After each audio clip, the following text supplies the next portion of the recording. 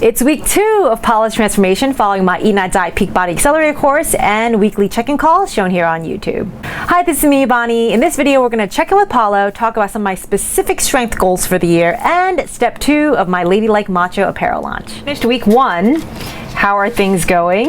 What is that? Oh no! What? Tell me, talk to me. Why is it not going well? It's only week 1. So we had like a big project. Eating at work, so they order food. So we order like group food. We order from restaurants and things like that. One day I'm eating good.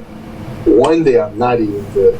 But the good thing is that when I go home, I can cook some healthy stuff. Mm-hmm. But at work, it's like a lot of desserts, like carbs. Every morning, they have like this big platter. They do have bananas and strawberries. I can eat that, but it's like temptation right there.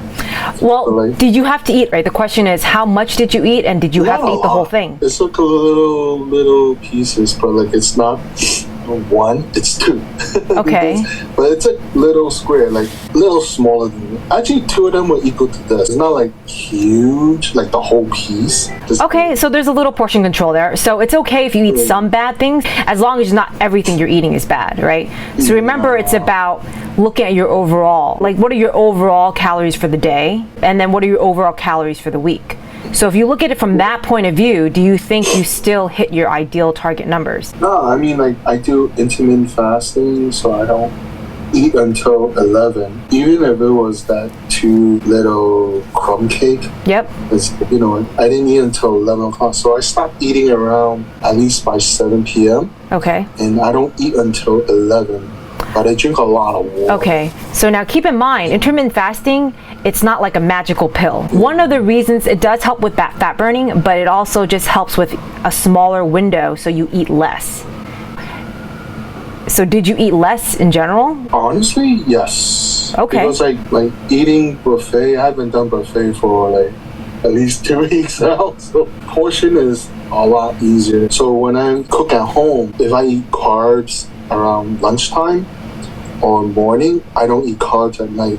So it's all vegetables and protein, and that's it. Mm-hmm. So I'm trying to cut down on like carbs. If I definitely know that I eat like a lot of carbs, like noodles and stuff like that, mm-hmm. like for lunch, not a lot, maybe like 1 dish of carbs, mm-hmm. right? At night, I would stop. So just say, for example, for yesterday, I had like scrambled eggs, like 3 scrambled eggs, salmon, and also I had asparagus. Okay, those are all healthy foods. No, spinach, not asparagus. Okay. At night, I have asparagus and salmon fish too at night. So with the carbs, remember, you can eat a certain amount of carbs, right? Carbs is not going to make you fat, it's just too much carbs. And when you eat carbs, you can eat them any time of day, even at night, but it is more ideal to eat carbs around the time that you're more active, right? Or ideally working out. Are you doing any sort of activity in terms of exercise or working out right now? I tried to start today. What type of exercise are you trying to start today? Well, I want to try to do squats at home and also do planks, and then try to do some like core stretches and stuff like that. Mostly core, because I feel that I'm top heavy instead of bottom heavy. Okay, so if you're looking to lose the fat, the planks and the core work, it strengthens your core, but it's not really going to help you with any fat loss, right? You have the right idea with the squats. When people are trying to lose the most fat as possible, you want to use compound exercises. So exercise that use your entire body. So things like squats, deadlifts, and bench press. So at the at-home version, I would do the squats, and if you could do more than 8 to 12, hold something. I try to do 100. Okay, see? So that's like endurance training. It's more for endurance and not as much muscle building, right? Really? Because when you build, when you build lean muscle, it actually improves your metabolism and it helps you burn more calories. So you want to aim for 8 to 10 reps. If you could do more than 10, it means it's too light and you should increase your resistance by holding something. So I don't know what you have. If you have weights, that'd be even better. Or dumbbells at home. Okay, perfect. Or if you look at the pyramid of fat loss, you can see cardio is all the way at the least important, and it's not necessary to lose fat, right? So do squats, and then I don't know if you have like a pull-up bar at home. Yeah, no, I don't. Okay, what about a broomstick and 2 chairs? I don't know if it's gonna hold my weight. Oh, okay. All right. Well, that's a really inexpensive investment. I would definitely, if you're not going to go to the gym, I would definitely get a pull-up bar. Just to get started, right? Make it not too hard for yourself. Squats. So at least 3 sets. 3 sets of like 10. Too easy. I need to do more. That means that if you're doing 100, then the weight is too light. I'm saying whatever you can do for 10, right? If you can't find anything heavy enough, then you're going to have to do more because you don't have enough things to make it heavier. So I just carry 2 10 or 20 pounds dumbbells on each hand, and then I try to do the squats. Yep, and if it's not too easy, like a 25 pounds. Yeah, I'll put 2 rice bags on you. Who knows? I have no idea. But you got to make it harder for yourself, right? Or then even if you want to invest in like those weighted vests. I do have some weighted stuff that I can use. Okay, and then even resistance bands. So for example, you can hold, and you can Google this on YouTube, right? How to do squats with resistance bands. You can step on them while you're holding on to the handles, and it makes it harder to go up. No, you're right. So right now, like I see like the temptation that I have, right? Since where I work right here right now, right? They have like organic milk, they have almond milk, and like coconut water. So I was thinking about bringing a shaker bottle. Instead of eating these stuff, I could eat more vegetables and more protein. Yep. I'm gonna start bringing in like protein powder in. And so instead of eating those carbs, and which is like sugar and like sugar, something more like a vanilla flavor, shake, protein shake.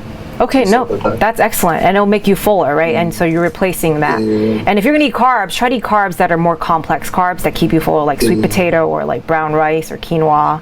You mentioned quinoa before. Oh man, the texture is okay, fine. Then don't eat quinoa then. No. Brown rice, like, or even try red rice. But I am like gonna put like chia seeds to put more fiber into the protein powder too. Hopefully it'll try to clean up my system. Yes, and you also mentioned inflammation last time. One of the biggest contributors to inflammation is our cooking oils. So there's a video on there on cooking oils. Stay away from vegetable corn oils, right? You want to cook with ideally coconut oil, avocado oil. I went to Costco, gave me like 2 avocado sprays. What I did last night was with the salmon, I just put it in a convection oven and then sprayed the avocado oil, put a little salt, pepper, and that's it. Okay. Same thing with the asparagus too. I like asparagus now. You know. Oh, great. Even though they say like, you know, you're gonna stink up the place. Oh. Wishing yet. I'm not gonna include that one. So Paulo, So Paulo, overall, it seems like you do know what healthier eating is, right? But you feel like you totally mess up if you eat something bad. Just remember, it's okay to eat some bad things, right? So you did right with just controlling your portion size. And if you're overall still eating less than what you were eating, and you're still eating healthier than what you're eating, then you're doing better. So you're actually on the right track, right? It doesn't need to be 100% perfect because no one can be 100% perfect, and it's not sustainable. No one can live like that, right? So you're making some good changes there. So now my other question is, some people just make general changes, like they know like this is what I should do, so I'll do a little better. And some people will really track everything, like how many calories am I eating, how much protein am I eating, right? So what are you doing exactly? I am not doing that at all now. But I think I need to download these apps to like put down the food, and then I need a food scale to also measure how much the food weight is. So then it could give me a better calculation of what I'm putting into my body. Yep. So I think that's what you guys call like a macro thing. Yes, the macros are protein, carbs, and fat. When I started doing your thing, and like I said, like this year I need to change my lifestyle. Yep. And I know that like too much carbs, especially sugar, is not good for you. Yep. Because even my doctor said like the eyes under my bags is because I have too much sugar, and like I don't want to look that old. One Korean model, he's 55 years old, but he looks 25. He said he doesn't eat sugar, he drinks water, he doesn't drink alcohol, coffee, or tea. It's just plain water. And he looks 25, but like temptation. Yeah, but just minimize it. Paulo, just minimize it, right? There's that 80-20 rule, right? 80% good, 20% not so great. I should be like The Rock and like just splurge on one day, but work hard on the other day, 6 days. So there's also cheat meal strategiges on there. So you can see there's that's what cheat meals. Yeah. So you, but they have rules, right? So I would definitely look. I would look at. There's different cheat day, cheat meal strategies. So I would look at that and see which one makes sense for you. What I recommend for you is definitely track what you're eating for this week, or at least just 4 days or a few days even, just to get a sense of, oh, this is how many calories I normally eat, or this is how many carbs I normally eat. I think with the food app, there'll be like a food diary for me, and then tell me what I've been eating. And then, yep, and then you're going to submit that so you can show everyone what you've been eating. Yep, so it's all about preparing ahead of time. Yeah, I need to prepare. Even if I do prepare, stuff will happen, and you know, at least like if I'm prepared, at least I have a backup plan, and hopefully that backup plan will help me from, like, you know, keeping me on the same pathway. Yep, absolutely. Well, MyFitnessPal is the most popular one out there. MyFitnessPal, yeah, I should get. Did you take before photos? Yeah, I can send you my before photo. This week we'll be planning, because like last week was trying to find out what I need and what works for me. I need to implement it and push forward for it, and then I see what really works. I think my metabolism was quicker, like 30 years ago. Yeah, well, our metabolism slows down actually after the age of 25, believe it or not. So one of the biggest ways to improve your metabolism is to build lean muscle. It is the biggest contributor to metabolism. So definitely, even if you're planning this week, obviously still make the better choices and incorporate some activity, because that will help you, since you're not doing any activity right now. You're right, I should build more muscles again, but like the one thing that I was afraid back then was I built muscle really fast, and that's why like I didn't want to bulk up like crazy. Here's the thing, it's really hard to bulk up like crazy. If that was the case, everybody would be majorly jacked, right? So right now, if you're not eating too much, the muscle is going to help you improve your metabolism and burn more calories. All right, Paulo, you need to change this week. Okay, so your first week wasn't too bad, but make this next week better, and I want to see progress photos after this week, so then that's 2 weeks apart. Have any thoughts or advice for Paulo or questions for me? Comment below. My beginning of week 2 results, just slightly better, so I need to step it up myself, and here are my strength goals for the year. First goal, squats, 225 pounds for reps. I used to do 225 for 20 reps, but it was like slightly above parallel, which doesn't really count. My bodybuilding coach at the time said, it doesn't matter because you're not a power lifter and your legs are still gonna feel the stimulus and you're pretty close to parallel, but we wanna have really legit reps, right? So that's one of the goals, and squatting does make your legs big, and for women, some may not want this, and I don't, and I've had this happen, so I definitely know. I've had to like lose muscle in my legs to get them more proportionate. So if I'm going to do heavy squats, I'm not going to do high rep ranges. I'm not going to do any more than 5.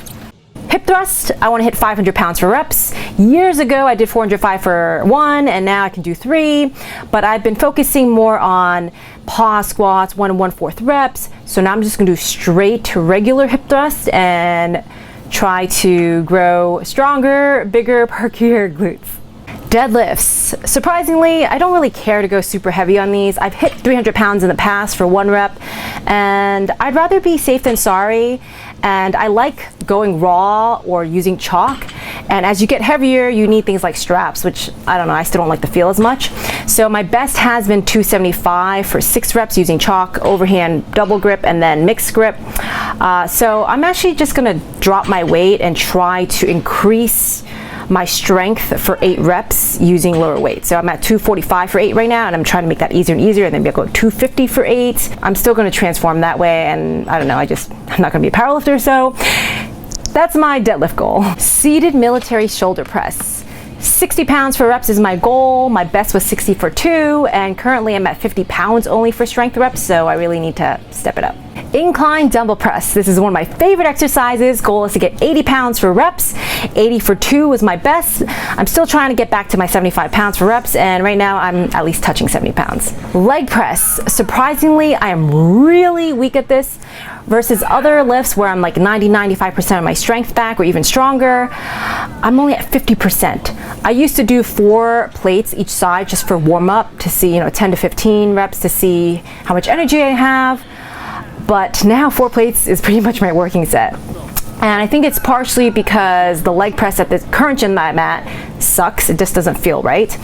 And mentally, I think I don't want to go back to 8 plates for 8 reps because my legs really were big before and I like how they look smaller. It looks more feminine in dresses.